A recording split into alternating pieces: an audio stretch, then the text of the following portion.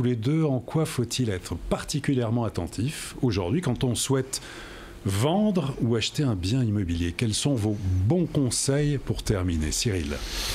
Moi, je pense que dans un premier temps, c'est la cohérence entre la valeur du bien et le marché quand on est vendeur. Ça, je pense que c'est la notion d'expertise même et de faire le choix de mettre en commercialisation un bien qui est en harmonie avec le marché. Ça, je pense que ça, c'est la première des règles.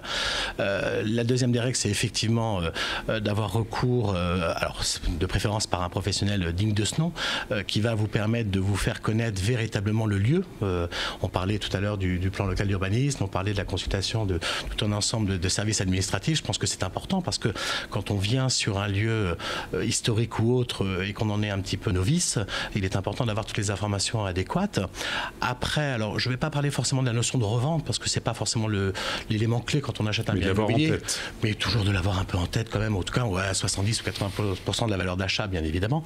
Et puis surtout, pourtant, quand des fois c'est un projet de vie, on n'y pense pas forcément. Mais on ne doit pas y penser parce qu'une maison reste une maison, c'est un lieu de vie, c'est un endroit où on construit une vie familiale, où on y crée des souvenirs heureux, des gentils fantômes et tout ce qui va de pair. Donc non, je pense qu'effectivement quand on achète un bien immobilier, c'est pas le maître mot n'est pas la revente, voilà. Alors certes, ça reste un marché de résidence secondaire, donc par définition, ça doit rester potentiellement liquide. Maintenant, ce qui est important, et c'est le cas, c'est que quoi qu'il arrive sur certaines régions, il y a des valeurs refuges. La Normandie en fait partie. Donc de ce côté-là, on est moins dans la tension. Je suis un petit peu comme Monsieur Bess sur la notion et l'interprétation des éléments énergétiques, des audits énergétiques et autres. Je pense qu'effectivement, quand on est confronté à des édifices remarquables et autres, il est difficile d'appliquer une réglementation qui est contemporaine et qui n'est pas propre à la construction même. Effectivement, un château à 19 degrés, c'est tout à fait viable. Ça, il n'y a pas de sujet. Voilà, donc je pense que ça, c'est aussi un élément. Et puis après, pour un acquéreur, laisser parler les émotions. Patrice, en conclusion, en quoi il faut être attentif aujourd'hui, des bons conseils quand on souhaite vendre ou acheter un bien? Moi, je reviens sur ma notion d'environnement. Ouais. Tout est dans l'environnement. Vous pouvez avoir le plus beau château de France. Si vous avez une zone commerciale à vos pieds, ça ne vaut rien et vous n'en profiterez pas. Donc l'environnement, à mon avis, est le point clé de tout ça.